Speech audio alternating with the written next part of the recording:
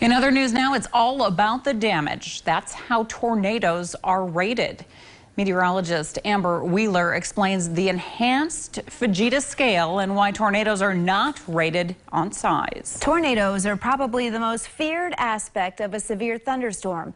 Your chances of being directly impacted by a tornado are incredibly low. But since the impacts are so great and they can be deadly, it's important to heed warnings.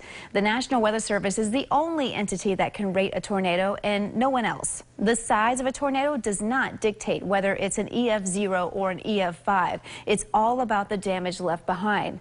The National Weather Service will send out a trained storm surveyor right after the tornado. They look at the damage and estimate how strong the winds were. Only then is the tornado rated. Now, we see a lot of these here in North Dakota. This is the EF0. They can have winds of 65 to 85 miles per hour. And EF1 has winds of 86 to 110 miles per hour. These are also common in North Dakota. Then there's the EF2. This is a strong range of 111 to 135 miles per hour. The EF3 is 136 to 165 miles per hour, and EF3s are considered very intense. And now we're in the devastating range of EF4 with winds of 166 to 200 miles per hour. The highest rating you can have on an enhanced Fujita scale is an EF5 with winds in excess of 200 miles per hour, and these are next to impossible to survive. And luckily, we don't have these here in North Dakota. A half-a-mile wide tornado can drop in the middle of a field, do no damage, and still be rated as an EF0 because it's all about the damage left behind. Now, as we get deeper into spring, the chances for severe weather increase by the day. But do you know what to do when a tornado is bearing down? KX News meteorologist Robert Suhr has the tips you need to know when the skies become angry. North Dakota isn't exactly Tornado Alley, but there's still a threat. On average, the state sees 23 tornadoes in a given year. Last year, we saw just 15 across the state. But it only takes one to end a life or devastate a community. You can ask the people of Mott that. They were hit by an EF1 tornado last July that took them nearly a year to completely recover from. When you see, two 50,000 bushel steel grain bins, crushed in like a paper cup, then you sort of say, wow, that you understand the power of the storm.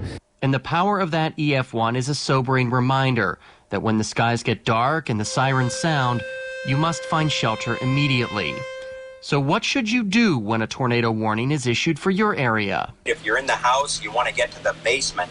I'm actually right now in my family's tornado shelter. I'm in the basement of my home.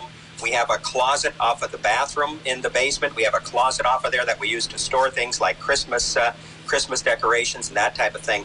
So I'm in there. I'm under, these are the stairs right here. These are the stairs going down from my upstairs to my basement.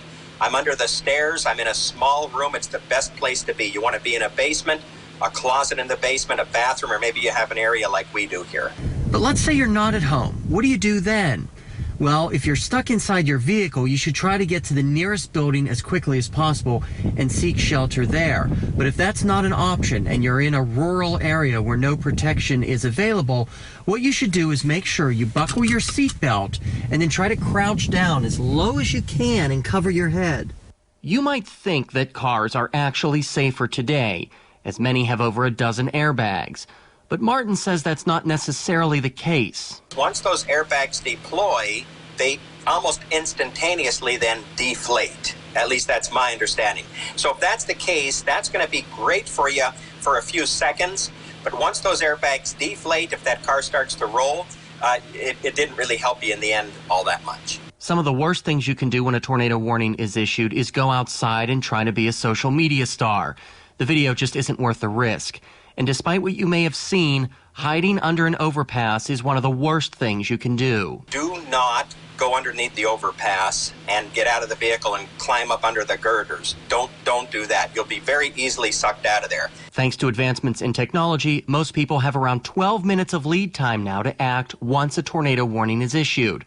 Valuable minutes and seconds you have to save you and your family's lives. Reporting for KX News in Bismarck, I'm meteorologist Robert Suhr. Interesting note that a new and growing trend is having a helmet with you during severe weather season. Nick?